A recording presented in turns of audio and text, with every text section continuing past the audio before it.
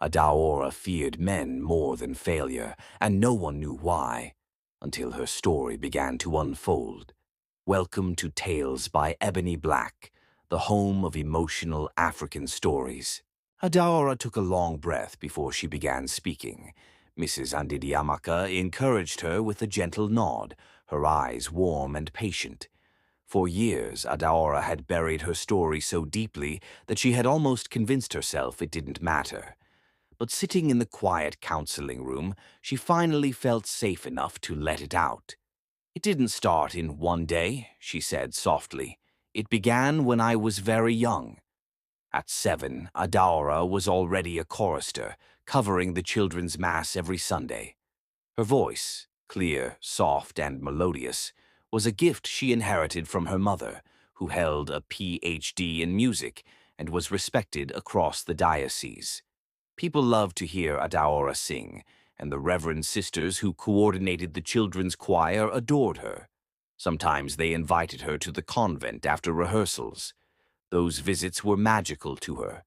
The peaceful compound, the soft chants echoing through the halls, the communal meals, the scent of freshly baked bread.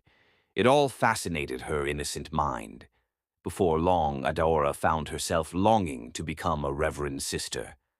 "I loved the way they lived," she explained. "The food, the quiet life, the closeness to God. I wanted to belong there." But her mother had dismissed the idea immediately. "You are my only daughter," she had said firmly. "It will not be possible." Crushed, Adaora stopped visiting the convent. That was the first time she learned what it meant to desire something deeply and be denied it. A few years later, when she turned 10, the cycle repeated. Her classmates were preparing for the Federal Common Entrance examination, eager to gain admission into federal government colleges. Adaora desperately wanted to join them.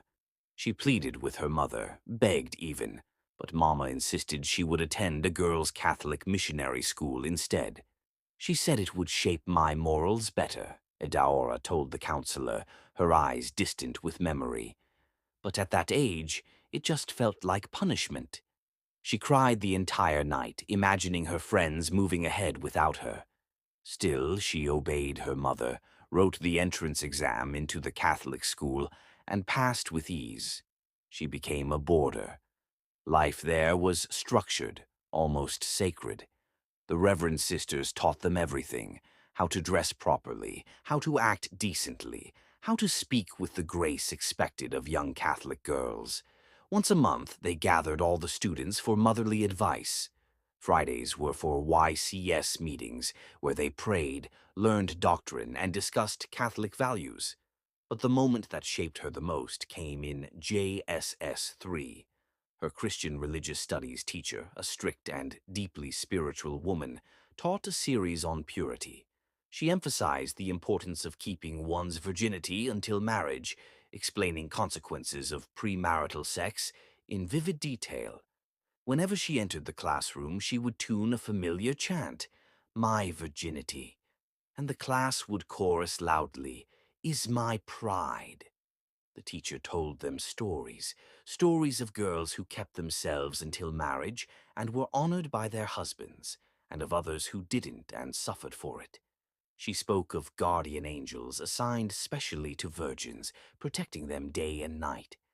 Adaora believed every word. That was when she made the vow. "I told myself I would remain a virgin until marriage," she whispered, "and that meant avoiding boys completely." Throughout secondary school, she kept her distance from every male student.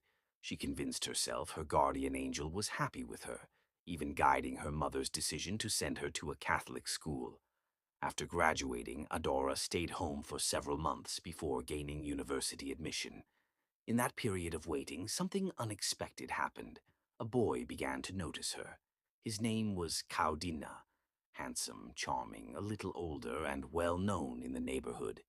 He started timing his outings so he would always be outside whenever Adaora stepped out to buy something. "He liked me," she said, her fingers tightening, "but the attention terrified me. I didn't know how to handle it."